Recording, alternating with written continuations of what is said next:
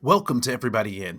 This is Andre. I want to say welcome to those of you who have just joined us for our series on whiteness. And so we're just going to do the highlight of our first conversation, and really want to say thank you so much to Dr. Mary Ferguson, Mary R. Ferguson, who has just done a phenomenal job of walking us through some of our processes. And so, if you haven't heard those conversations, please go back and listen to those. Just absolutely fabulous. The compassion, the research, the actionable, pragmatic things that we can do to address whiteness in our organizations is absolutely fabulous. And I really want to thank her for driving us into or walking us through this process of really. And here's the thing that's like really interesting.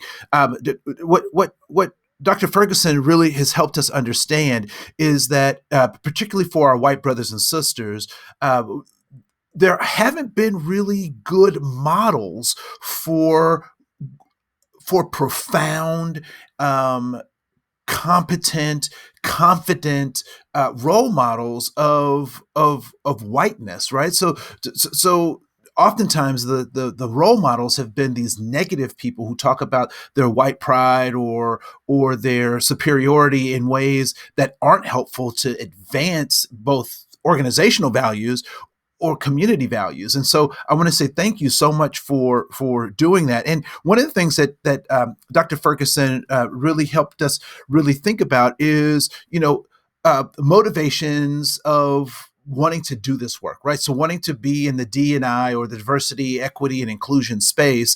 What are those things that drive us? And then what are those things that hinder us? What are the things that drive us, and what are the things that hinder us?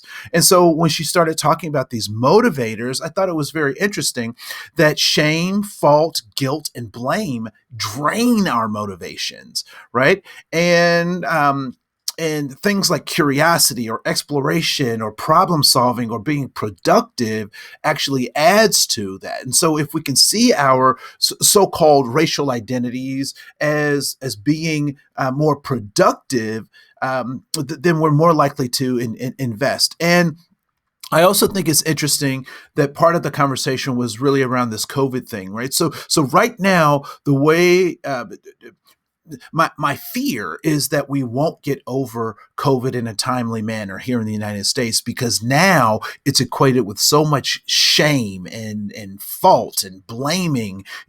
How did you get this thing? And when we must realize that diseases don't respect our social constructs.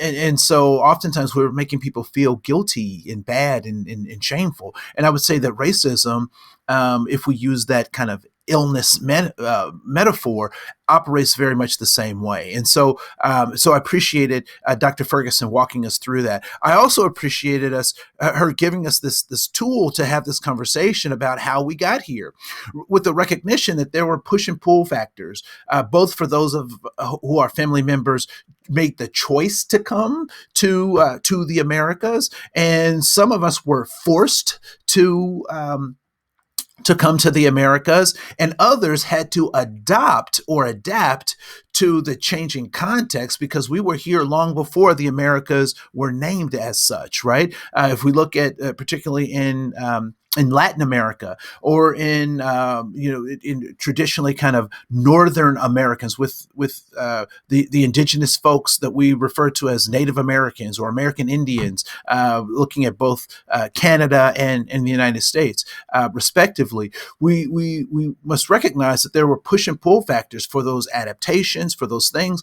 And so really looking at those, we might get a better understanding of how privilege and power plays itself as people were encouraged, forced, or even mandated to make those adaptations to this kind of Western hemisphere.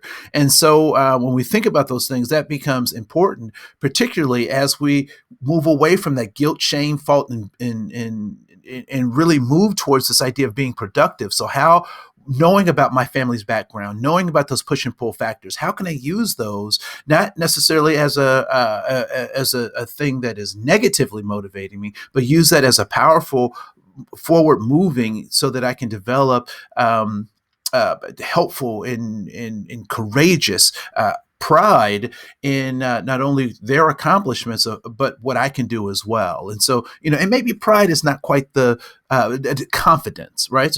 So, have confidence in what I have to offer, what my white brothers and sisters have to offer in this diversity, equity, and inclusion space. And so, I want to say thank you so much for. We're engaging in this short conversation. This has been wonderful. I hope that you take the opportunity to do the exercise about thinking about the push and pull factors of how your ancestors adapted to this kind of Western American, particularly North American culture, and how we can use that as a platform to move forward. So. Don't want to take any more of your time. Thank you so much. This is Andre Koen. Look forward to seeing who you become as we continue these conversations that allow everyone to be in. Thank you. Bye.